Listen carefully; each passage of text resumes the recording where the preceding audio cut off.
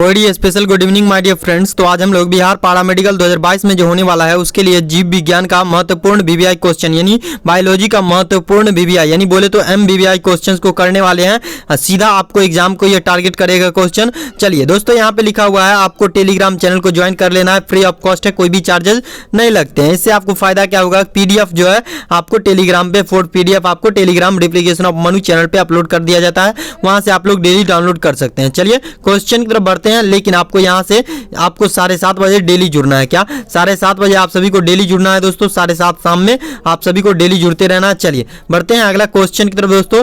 चलिए साथ ही साथ चैनल पे नए होंगे तो चैनल को सब्सक्राइब भी कर लीजिएगा। यहाँ पे आप सभी का सिलेबस है, ये देख सकते हैं आप लोग। साइंस से आपको 25 क्वेश्चन पूछा जाएगा, 125 मार्क्स दिया जाएगा, ये आप लोग देख लीजिएगा, ठीक है, समझ लीजिएगा। और निगेटिव मार्किंग की बात करें तो यहाँ पे निगेटिव मार्किंग नहीं है दोस्तों। चलिए बढ़ते हैं अगला क्वेश्चन की तरफ। चलिए क्वेश्चन आ चुका है, कड़ है किसी, क्या कड़ है, किसी रेट्रोवायरस, रेट्रोवायरस इसका इंग्लिश हो जाएगा। कड़ है किसी रेट्रोवायरस में आनुवंशिक पदार्थ है, आनुवंशिक पदार्थ है क्या, यानी कि रेट्रोवायरस में जो आनुवंशिक पदार्थ क्या कौन सा काम करता है, आरएनए काम करता है, डीएनए काम करता है, यानी रेट्रोवायरस में जो है आनुवंशिक पदार्थ के तौर पे कौन सा पदार्थ काम करता है, आरएनए काम करता है, डीएनए काम करता है, एमआरएनए मैसेंजर आरएनए काम करता है ना, और डी में करा है एस्फिल्टिन जीन काम करता है, बताइएगा आप लोग, है ना। तो ये किसी रेट्रोवायरस में आनुवंशिक पदार्थ का जो काम करता है दोस्तों, ये आपको आरएनए करता है। देखिए दुनिया को 3 ऐसे जीव है, ABC, क्या ABC है ना, ABC आर्कियोबैक्टीरिया, बैक्टीरिया, साइनोबैक्टीरिया, है ना, ये तीनों में आरएनए काम करता है। ओके, क्या काम करता है, आरएनए काम करता है। बाकी दुनिया के सभी जीवों में डीएनए काम करता है। कोई कोई जीव है जो अब बाद में उसमें डीएनए काम कर जाता है, ठीक है, याद रखिएगा आप लोग। तो दोस्तों यहाँ पे दुनिया में जितने भी जीव है, इसी आर्कियोबैक्टीरिया, बैक्टीरिया, साइनोबैक्टीरिया, ये तीनों को छोड़ के सभी में आरएनए काम करता है आनुवंशिक पदार्थ के रूप में, याद रखिएगा इस चीज को, है ना। और यहाँ पे दोस्तों रेट्रोवायरस को रहा है, वायरस आए, जैसे ही वायरस आए आप लोग टिक कर दीजिएगा आरएनए, क्या आरएनए। तो यहाँ पे दोस्तों इसका राइट आंसर क्या हो जाएगा, आरएनए हो जाएगा। चलिए बढ़ते हैं अगला क्वेश्चन की तरफ दोस्तों। बायोलॉजी का मस्ट बीबीआई क्वेश्चन सब है। कह रहा है दोस्तों, क्या कह रहा है, मलेरिया बुखार में कपकपी व उच्च ज्वर निम्न में से किस विषैले पदार्थ द्वारा होता है, बताइएगा। मलेरिया बुखार जब आता है उसमें कपकपी भी आता है और हाई जो है ज्वर भी हो जाता है, काफी ज्यादा ज्वर हो जाता है ना, यानी बुखार लग जाता है ना। और उसके बाद कह रहा है निम्न में से कौन से विषैले पदार्थ के द्वारा होता है। ये काम जो है ये अधिक मात्रा में कपकपी होता है, यानी शरीर थरथराने लगता है और उच्च ज्वर हो जाता है, यह किस विषैले पदार्थ के कारण होता है। ए में करा है इंटरफेरॉन, बी में करा है हीमोजोइन, और सी में करा है हीरोडीन, और डी में करा है कोलेस्ट्रॉम। बताइए तो दोस्तों, मलेरिया बुखार में कपकपी व उच्च ज्वर निम्न में से कौन से विषैले पदार्थ के द्वारा आता है। तो ये दोस्तों आता है आपको हीमोजोइन नाम का एक रासायनिक पदार्थ होता है जो हमारे बॉडी में बनता है जब हमको मलेरिया हो जाता है तब, ठीक है, याद रखिएगा दोस्तों। इसका राइट आंसर हो गया बी नंबर ऑप्शन। जो भी लोग टिक कर रहे हैं उन सभी का बिल्कुल राइट है। आप सभी को 5 नंबर मिल चुका है दोस्तों। उम्मीद करता हूं कि आपको ये सारी कोशिशें अच्छी लग रही होंगी। चलिए बढ़ते हैं अगला क्वेश्चन की तरफ दोस्तों। चलिए अगला क्वेश्चन आ चुका है, आपके क्या कह रहा है, क्या कह रहा है दोस्तों, ये देखिएगा आप लोग। कह रहा है विषाणु संक्रमित कोशिका द्वारा कौन सा प्रोटीन स्रावित होता है, यानी प्रोटीन जो है रिलीज होता है, कौन सा प्रोटीन रिलीज होता है। ए में कह रहा है हिस्टामिन्स, बी में कह रहा है कोलेस्ट्रॉम, डी में कह रहा है इंटरफेरॉन्स, और सॉरी डी में कह रहा है सी में, सॉरी दोस्तों ये इसमें जो है यहाँ पे क्वेश्चन थोड़ा टाइपिंग मिस्टेक है। तो दोस्तों इसका राइट आंसर क्या हो जाएगा, इंटरफेरॉन हो जाएगा। ओके, याद रखिएगा, यानी सी नंबर हो जाएगा, है ना, यानी कि सी नंबर हो जाएगा दोस्तों। यहाँ पे सी हो जाएगा इंटरफेरॉन, और उसके बाद यहाँ पे देख लीजिएगा आप लोग, है ना। तो इसका राइट आंसर क्या हो जाएगा, इंटरफेरॉन हो जाएगा। क्या हो जाएगा, इंटरफेरॉन को रिलीज करता है। विषाणु संक्रमित कोशिका द्वारा कौन सा प्रोटीन रिलीज करता है, इंटरफेरॉन नाम का प्रोटीन रिलीज करता है। तो दोस्तों यहाँ पे इंटरफेरॉन नाम का रासायनिक पदार्थ रिलीज करता है जब विषाणु क्या होता है, विषाणु संक्रमित जो है, विषाणु संक्रमित कोशिका द्वारा जो है कौन सा पदार्थ रिलीज करता है, कौन सा प्रोटीन रिलीज करता है, तो यह आपको इंटरफेरॉन रिलीज करता है, यानी कि सी नंबर ऑप्शन हो जाएगा इसका राइट आंसर। चलिए अगला क्वेश्चन की तरफ बढ़ते हैं दोस्तों। चलिए अगला क्वेश्चन आ चुका है, कह रहा है किसी एलर्जेंस, क्या एलर्जी जो हो जाता है, एलर्जी के विरोध में सबसे आंधक निर्मित कौन सा एंटीबॉडी है, यानी एंटीबॉडी के बारे में आपसे पूछ रहा है। एमिनोग्लोबिन ई, एमिनोग्लोबिन ए, और एमिनोग्लोबिन जी, और एमिनोग्लोबिन एम। बताइए तो दोस्तों किसी एलर्जेंस के विरोध में सबसे अधिक निर्मित कौन सा एंटीबॉडी है, बताइएगा आप लोग, है ना। तो इसका राइट आंसर देना है डियर फ्रेंड्स आप लोग को, अधिक, है ना, अधिक होता है, यहाँ पे अधिक होता है, अधिक निर्मित कौन सा एंटीबॉडी होता है, यहाँ पे अधिक हो जाता है ना। किसी एलर्जेंस के विरोध में सबसे अधिक निर्मित कौन सा एंटीबॉडी है बताइएगा। तो ये जो एंटीबॉडी है दोस्तों एमिनोग्लोबिन जो है, ये कौन सा एमिनोग्लोबिन है? तो दोस्तों यहाँ पे एमिनोग्लोबिन क्या हो जाएगा? एमिनोग्लोबिन इसका राइट आंसर हो जाएगा ई। क्या हो जाएगा? एमिनोग्लोबिन ई। एलर्जी के विरोध में अधिक निर्मित होता है दोस्तों, ये आपको कौन सा होता है? एमिनोग्लोबिन ई। याद रखिएगा आप लोग, एमिनोग्लोबिन क्या हो जाएगा? एमिनोग्लोबिन हो जाएगा, ए जी हो, आई जी है ये, आई जी क्यों नहीं है दोस्तों, जी ई, एमिनोग्लोबिन ई है, ठीक है, याद रखिएगा इसको। चलिए अगला क्वेश्चन की तरफ बढ़ते हैं दोस्तों। चलिए अगला क्वेश्चन आ चुका है, ये आपसे क्या कह रहा है देखिएगा। कह रहा है निम्न में से कौन सी बीमारी जो है एंटीबायोटिक्स लेने पर ठीक नहीं होती है? ऐसी कौन सी बीमारी है जो एंटीबायोटिक्स हम लोग लेते हैं बाहर से तब भी ठीक नहीं होता है? प्लेग, ए में कह रहा है प्लेग, बी में कह रहा है अमीबियता, सी में कह रहा है कुष्ठ रोग और डी में कह रहा है डिप्थेरिया। बताइएगा कौन सा ऐसा रोग है जो बाहर से एंटीबायोटिक अगर लेते हैं हम लोग तो भी ठीक नहीं होता है वो बीमारी? तो दोस्तों ये बहुत घातक बीमारी है, तो इसका नाम आप लोग बताइएगा। तो ये जो बीमारी है दोस्तों, इसका राइट आंसर क्या हो जाएगा दोस्तों? कौन सा बीमारी? तो दोस्तों इसका राइट आंसर हो जाएगा आप लोग को अमीबियता। जो भी लोग अमीबियता को टिक कर रहे हैं उन सभी का बिल्कुल राइट है। चलिए अगला क्वेश्चन की तरफ बढ़ते हैं। चलिए इसका राइट आंसर क्या हो गया? बी नंबर, ठीक है, सॉरी बी नंबर हो जाएगा, बी नंबर है ना, यहाँ पे टाइपिंग थोड़ी मिस्टेक है, बी नंबर हो जाएगा। चलिए बढ़ते हैं अगला क्वेश्चन की तरफ, और अगला क्वेश्चन आ चुका है कड़ा पेसिव इम्यूनिटी। देखिए इम्यूनिटी सिस्टम जो है, इम्यूनिटी पावर जो है ये दो टाइप का होता है। एक तो एक्टिव इम्यूनिटी सिस्टम होता है और दूसरा होता है पेसिव इम्यूनिटी सिस्टम, ठीक है, पेसिव इम्यूनिटी सिस्टम होता है, ठीक है। तो ये दो तरह का होता है, आप लोग याद रखिएगा। चलिए यहाँ पे कह रहा है पेसिव इम्यूनिटी सीधे तौर पर किसके द्वारा बनता है? बताइएगा। टीका के द्वारा बनता है, एंटीटॉक्सिन के द्वारा बनता है, और सी में कॉला है कोलेस्ट्रोम के द्वारा बनता है, और डी में कॉला है टी सेल के द्वारा बनता है, T4 लिम्फोसाइट के नाम से भी इसको जाना जाता है। तो इसका राइट आंसर हो जाएगा दोस्तों ये जो पैसिव इम्यूनिटी सिस्टम जो बनता है दोस्तों, पैसिव इम्यूनिटी जो बनता है बाहर से, कृत्रिम यानी आर्टिफिशियल जो बनता है वो आपको वैक्सीन के माध्यम से बनता है। क्या? वैक्सीन के माध्यम से, है ना, यानी टीका के माध्यम से। चलिए याद रखिएगा आप लोग, यानी कि ए नंबर ऑप्शन जो भी लोग टिक कर रहे हैं उन सभी का बिल्कुल राइट है। चलिए बढ़ते हैं अगला क्वेश्चन की तरफ, और अगला क्वेश्चन आ चुका है, कह रहा है निम्न में से, क्या कह रहा है, निम्न में से कौन सा एंटीबायोटिक्स अपरा को पार कर सकता है? यानी ऐसा कौन सा एंटीबायोटिक्स है जो कि अपरा को पार कर सकता है दोस्तों? तो ये अपरा क्या होता है दोस्तों? नाभि सुने होंगे, प्लेसेंटा इसको इंग्लिश में कहते हैं। ये एनसीईआरटी में आपको अपरा लिखा मिल जाएगा, और इसको इंग्लिश में जो है प्लेसेंटा कहते हैं। क्या? प्लेसेंटा ऐसी संरचना होती है जो बच्चे को माँ के साथ जोड़े रखती है, और माँ से जो भी खाना बच्चे में जाता है वो प्लेसेंटा के माध्यम से ही जाते हैं, जिसको हम लोग नाभि के नाम से भी जानते हैं, ठीक है। तो यहाँ पे इसका राइट आंसर आप लोग को देना है। तो कह रहा है निम्न में से कौन सा एंटीबायोटिक्स अपरा को पार कर सकता है? ए में कह रहा है, ए में क्या कह रहा है, एमिनोग्लोबिन ए, एमिनोग्लोबिन ई, और एमिनोग्लोबिन एम, और एमिनोग्लोबिन जी। तो बताइएगा दोस्तों एमिनोग्लोबिन कौन सा हो जाएगा जो कि अपरा, कौन सा एंटीबायोटिक्स है, कौन सा एमिनोग्लोबिन एंटीबायोटिक्स है जो कि अपरा यानी नाभि यानी प्लेसेंटा को पार कर सकता है? तो दोस्तों ये आप पार कर सकता है, कौन सा एंटीबायोटिक्स है? तो ये आपको एमिनोग्लोबिन जी ऐसी एंटीबायोटिक्स है जो कि अपरा को पार कर सकती है, ठीक है, याद रखिएगा। चलिए बढ़ते हैं अगला क्वेश्चन की तरफ, और अगला क्वेश्चन आ चुका है, और ये आपसे क्या कह रहा है, HIV यानी ह्यूमन इम्यूनोडेफिशिएंसी वायरस जो होता है ये एक रेट्रो वायरस है। जी हाँ, रेट्रो वायरस है, HIV एक रेट्रो वायरस है जो निम्न में से किस पर प्रभाव डालता है? बताइएगा, जो निम्न में से किस पर प्रभाव डालता है? HIV जो है एक रेट्रो वायरस है, ठीक है, और ये किस पे प्रभाव डालता है? हेल्पर टी कोशिका पे प्रभाव डालता है, किलर टी कोशिका पे प्रभाव डालता है, और सी में कह रहा है बी कोशिका पर प्रभाव डालता है, और डी में कह रहा है न्यूट्रोफिल्स पर प्रभाव डालता है HIV। बताइएगा HIV जो है बीमारी रेट्रो वायरस है ना, और रेट्रो वायरस जो है कहां पे प्रभाव डालता है दोस्तों? तो ये आपको प्रभाव कहां पे डालता है? ये आपको हेल्पर टी कोशिका पे प्रभाव डालता है। कहां पे? हेल्पर टी कोशिका पे, याद रखिएगा आप लोग, ठीक है, यानी कि ए नंबर ऑप्शन जो लोग ठीक कर रहे हैं उन सभी का बिल्कुल राइट है। चलिए बढ़ते हैं अगला क्वेश्चन की तरफ, और अगला क्वेश्चन आ चुका है, और ये आपसे क्या कह रहा है, एड्स यानी कि एक्वायर्ड इम्यूनोडेफिशिएंसी सिंड्रोम की पहचान मुख्यतः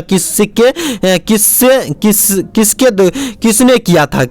किससे किससे किया जाता है, यानी एड्स रोग की पहचान जो है मुख्यतः किससे किया जाता है, यानी कौन सा जांच से किया जाता है, कौन सा टेस्ट के द्वारा किया जाता है। लैब टेक्नीशियन वाले दोस्त जवाब देंगे, है ना, जो भी लोग लैब टेक्नीशियन करना चाहते हैं वो सभी जवाब देंगे। और हाल ही फिलहाल में अभी 2 दिन पहले कल जो है दोस्तों एम्स भुवनेश्वर से लैब टेक्नीशियन की वैकेंसी निकली है। तो यहाँ पे कह रहा है एड्स रोग की पहचान मुख्यतः किससे किया जाता है, तो ये दोस्तों किया जाता है, आपको एक ही बार में टिक कर देना है, ये किया जाता है एलिसा टेस्ट के द्वारा, है ना, किससे, एलिसा टेस्ट के द्वारा, है ना, पॉलीमेरेज चेन रिएक्शन के द्वारा नहीं, बिडोल टेस्ट के द्वारा नहीं, क्रोमेटोग्राफी के द्वारा नहीं, किससे किया जाता है, तो किया जाता है एलिसा टेस्ट के द्वारा एड्स रोग की पहचान, ठीक है। और ये 5 से 6% गलत जानकारी देता है, ठीक है, याद रखिएगा दोस्तों। चलिए बढ़ते हैं अगला क्वेश्चन की तरफ। और ये आपसे क्या करा है, हेपेटाइटिस बी का संक्रमण किसके द्वारा होता है, हेपेटाइटिस बी का संक्रमण किसके द्वारा होता है, छींकने से होता है, खांसने से होता है, रक्त आच्छादन यानी ब्लड ट्रांसफ्यूजन के द्वारा, मादा मच्छर के द्वारा यानी मेल मच्छर के द्वारा,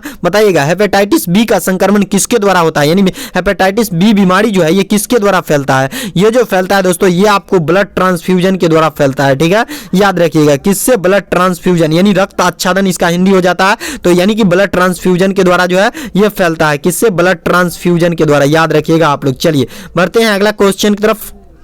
और अगला क्वेश्चन कह रहा है एड्स बीमारी में एचआईवी किस कोशिका को नष्ट करती है, बताइएगा, इससे पहले भी एक क्वेश्चन आया था, तो यहाँ पे कह रहा है एड्स बीमारी में एचआईवी किस कोशिका को नष्ट करती है, तो दोस्तों यहाँ पे कह रहा है ए में बी कोशिका, बी में कह रहा है सी कोशिका, सी में कह रहा है टी लिम्फोसाइट और डी में करा है ए और बी दोनों। तो दोस्तों इसका राइट आंसर आप लोग को देना है, तो इसका राइट आंसर क्या हो जाएगा, टी लिम्फोसाइट, क्या, T lymphocyte cell, T cell भी इसको कहा जाता है, टी सेल भी इसको कहा जाता है दोस्तों, क्या कहा जाता है, टी सेल भी इसको कहा जाता है, ओके, टी सेल भी इसको कहा जाता है, टी सेल भी इसको कहा जाता है, टी लिम्फोसाइट को, ठीक है, याद रखिएगा। एड्स बीमारी में एचआईवी किस कोशिका को नष्ट करती है, तो टी लिम्फोसाइट को नष्ट करती है, एमबीबीआई क्वेश्चन है ये, याद रखिएगा आप लोग। चलिए अगला क्वेश्चन की तरफ बढ़ते हैं। और अगला क्वेश्चन कह रहा है कैंसर किस कारण से होता है, कैंसर जो है भयानक बीमारी है ये, कैंसर भगवान न करे किसी को हो, और कैंसर बहुत टाइप का होता है, बोन कैंसर, यूटेरस कैंसर बहुत टाइप का होता है, 2 टाइप का कैंसर मुख्यतः जो है 2 टाइप का होता है, एक तो साधारण कैंसर और एक होता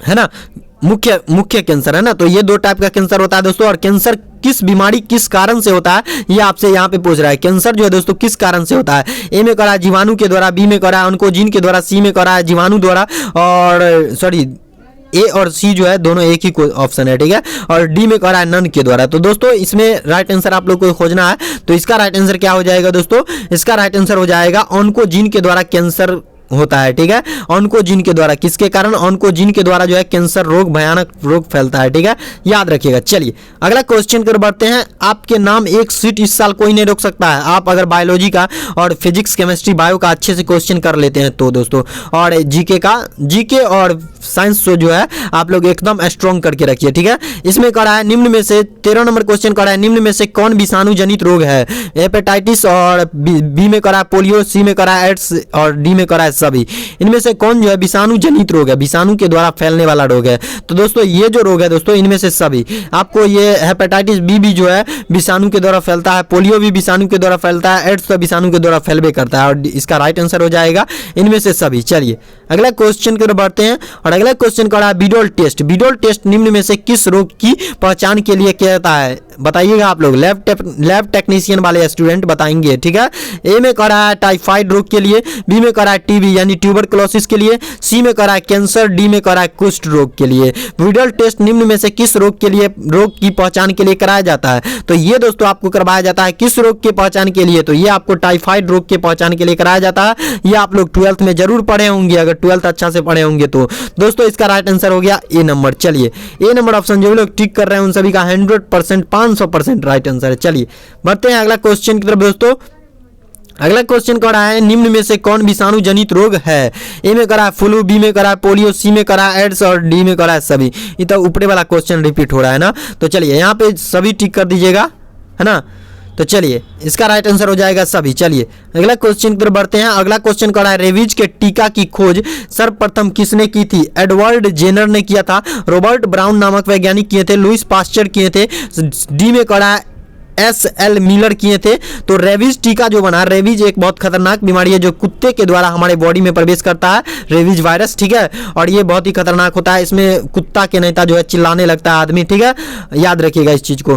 कह रहा है इसमें कह रहा है रेबीज के टीका की खोज जो है सर्वप्रथम किसने की थी। तो दोस्तों ये जो किए थे रेबीज की टीका की खोज सर्वप्रथम ये लुईस पास्चर नामक वैज्ञानिक से जो है रेबीज के टीका की खोज किए थे। चलिए अगला क्वेश्चन की तरफ बढ़ते हैं, यानी कि रेबीज की टीका का संबंध जो है ये आपको किससे है, लुईस पास्चर नामक वैज्ञानिक से, ठीक है, याद रखिएगा। चलिए अगला क्वेश्चन आ चुका है दोस्तों, ये आपसे क्या कह रहा है, कोई एंटीबॉडी रासायनिक रूप में होता है, क्या होता है, प्रोटीन होता है, लिपोप्रोटीन होता है, लिपिड होता है, न्यूक्लियो प्रोटीन होता है। बताइए तो कोई भी एंटीबॉडी रासायनिक रूप में क्या होता है। एंटीबॉडी दो टाइप का होता है, एंटीबॉडी ए और एंटीबॉडी बी, है ना, और एंटीजन भी होता है, एंटीजन ए और एंटीजन बी, ठीक है। एंटीजन जो है बीमारी को उत्पन्न करने का काम करता है और एंटीबॉडी जो है बीमारी से लड़ने का काम करता है, ये चीज आप लोग याद रखिएगा। तो चलिए यहाँ पे कह रहा है कोई एंटीबॉडी रासायनिक रूप में होता है, क्या होता है दोस्तों, एंटीबॉडी जो है रासायनिक रूप में क्या होता है, केमिकल रूप में जो है वो क्या होता है दोस्तों, तो ये जो होता है दोस्तों आपको प्रोटीन होता है। केमिकल रूप में जो है यानी रासायनिक रूप में क्या होता है, कोई भी एंटीबॉडी वो प्रोटीन, एक प्रकार का प्रोटीन होता है, ठीक है, याद रखिएगा। यानी कि ये नंबर ऑप्शन जो भी लोग ठीक किया उन सभी का 100% राइट आंसर है। चलिए बढ़ते हैं अगला क्वेश्चन की तरफ, और अगला क्वेश्चन आ चुका है, कह कोलेस्ट्रॉम, क्या कह रहा है, कोलेस्ट्रॉम में पाए जाने वाला एंटीबॉडी का प्रकार है एमिनोग्लोबिन ए, एमिनोग्लोबिन जी, एमिनोग्लोबिन डी और एमिनोग्लोबिन डी। सी और डी दोनों ऑप्शन राइट है, इसलिए इन दोनों को छोड़ दीजिएगा। चलिए, है ना, तो ये दोनों राइट मतलब कि सेम आंसर है ना, सेम आंसर है, तो इसका राइट आंसर आप लोग दीजिएगा। जी हाँ सी, जो भी लोग कर रहे हैं, जो भी लोग ए नंबर ऑप्शन कर रहे हैं उन सभी का बिल्कुल राइट है।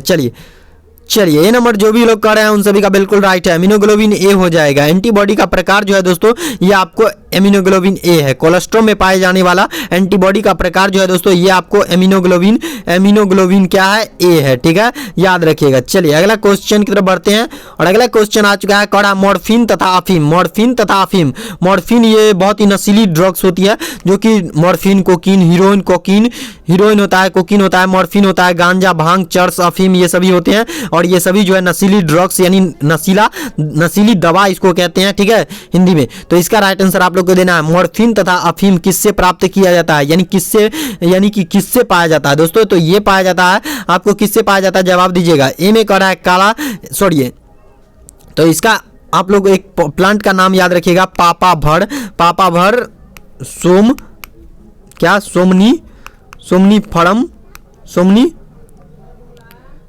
सोमनीफरम नाम का एक प्लांट होता है, और इसी प्लांट से जो है मॉर्फिन तथा अफीम निकलता है, ठीक है, याद रखिएगा आप लोग। चलिए अगला क्वेश्चन और सबसे लास्ट क्वेश्चन दोस्तों, कौन सा एंटीबॉडी एलर्जी को शुरू करता है, कौन सा एंटीबॉडी जो है एलर्जी को शुरू करता है, एलर्जी स्टार्टर कोडोन क्या कहलाता है दोस्तों, बताइएगा आप लोग, है ना, सबसे लास्ट क्वेश्चन है, बता के जाना है। कह रहा है एंटीबॉडी, कौन सा एंटीबॉडी जो है एलर्जी शुरू करता है, बताइएगा। एमिनोग्लोबिन एम, एमिनोग्लोबिन ई, एमिनोग्लोबिन डी, एमिनोग्लोबिन ए, बताइएगा कौन सा एंटीबॉडी। तो दोस्तों एमिनोग्लोबिन ई शुरू करता है एलर्जी को, ठीक है, याद रखिएगा। ई से एमिनोग्लोबिन और ई से एमिनोग्लोबिन ई, और ई से जो हो जाएगा दोस्तों एंटीबॉडी एलर्जी को शुरू करता है, ठीक है, ई से एलर्जी और ई से एंटीबॉडी एमिनोग्लोबिन ई, याद रखिएगा दोस्तों।